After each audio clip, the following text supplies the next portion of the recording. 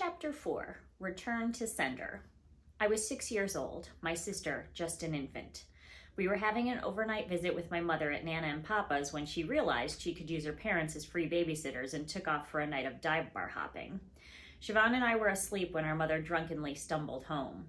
We awoke to Nana yelling at her that she was too drunk to drive and could not take us with her. I emerged from my room and tentatively peeked around the corner to the ruckus. My mother grabbed me. "Come on, Kate, we're going home," she defiantly slurred. She pulled me out the front door towards her car, which was parked on the street. "Denise, no," Nana screamed. "I will not let you endanger your children's lives. They are staying here." But my mother did not listen. She dragged me to the car, threw open the door, and shoved me into the back seat. Commanding the deliverance of her youngest, Denise shouted, "Bring me my baby, you kidnappers! Bring me my child!" Nana picked me up and took me out of the car, undoing her spawn's mistake before she could make it. "Denise, you go if you want to, but you are not taking these children in the car with you. You are drunk." I wanted to believe that something got through to her. A hint of humility penetrated the muck of denial. But realistically, I think she just wanted to make a dramatic exit. She turned and stormed away down the road with no destination in sight. I called after her, but her and her pride kept moving away. It was one of the first times I remember her choosing her disease over us. The next morning, the phone rang. It was my mother calling from a gas station a few towns away. Lord knows how many rides she hitched to get there, but now she was stranded and needed someone to pick her up. So off Papa went to retrieve the hot mess.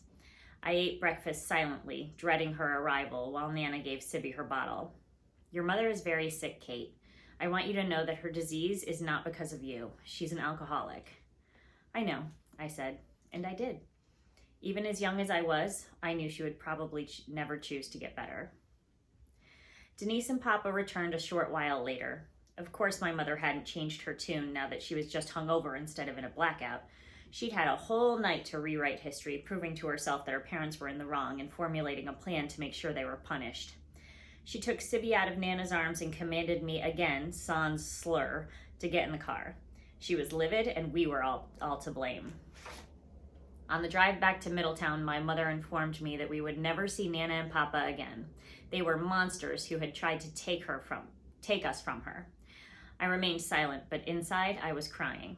I was powerless over the situation, but yet I was not hopeless. I sensed God holding me, whispering, "Everything is going to be okay." My mother made up a whole backstory of lies to keep her resentment justified for years. Of course, her childhood had to seem worse than mine and Sibby's. She wanted us to think, boy, we've really got it good compared to the way our poor mama had it. She said that her mother would leave a typewritten note of chores to do when she'd come home from school. The list was so long that no one could ever complete it in all the time given. This gave her parents a justifiable reason to beat her and chain her up in the locked shed in the backyard. The shed was so hot she couldn't breathe and it had no windows. She said that her father whipped her, that she was never allowed to have friends, that she was unloved. I don't know if any of this was true at all, but according to Nana, it was all a fabricated story made up by a sick mind. My mother said that Papa never told her he loved her. Now, if you knew Papa, you'd believe that one was true. Not because he was unloving, but because he was so old-fashioned, he seemed to believe that nurturing was the mother's role and he didn't feel comfortable participating in it. Papa liked to work, eat, watch TV, and listen to his CB radio. That was it. He didn't like to travel. He didn't even like to leave the house. He was just simple. Nana volunteered at a local shelter where she obtained most of her wardrobe, food, and gifts for me and my sister. I often wondered if the things she took from the Cornerstone were meant for people much less fortunate, but I didn't want to upset Nana, so I never brought it up. I think she thought she was entitled to first dibs on donations because it was payment for her volunteer work. Kinda negates the definition of volunteer, but what did I know? For 8 years, we weren't allowed to see Nana and Papa, but we did see them. Nana contacted Gamma and Da and alerted them to this whole dysfunctional mess, and they would secretly bring me and Sibby to Abdow's in Rocky Hill every few months to meet up with Nana and Papa for lunch. They sent birthday and Christmas cards to Gamma and Da's house, and sometimes we'd call them from their house too. It was a secret I cherished between my grandparents and me, as well as a secret fuck you to my no-good mother. Nana kept scrapbooks for me throughout the years. In one, I found the following letter. It had been opened, but "Return to Sender" was rewritten on the envelope in Denise's handwriting. 8/18/85. Dear Denise, Dad and I are returning the check you wrote us because we feel you cannot afford it and we do not need it. You were in no condition to know how much you had spent on the weekend, and I'm sure you need the money for more important things. I think you should know that you were so drunk that you jeopardized both children's lives by putting them in your car and attempting to drive when you could not even see. You asked me to clean your glasses when it was your eyes that were foggy.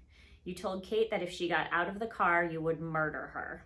I think you should seek help and be very careful of how you handle the children, because Kate is so sensitive that she could have very serious emotional problems if things go on this way. She is only 6 and not responsible for the care of her sister.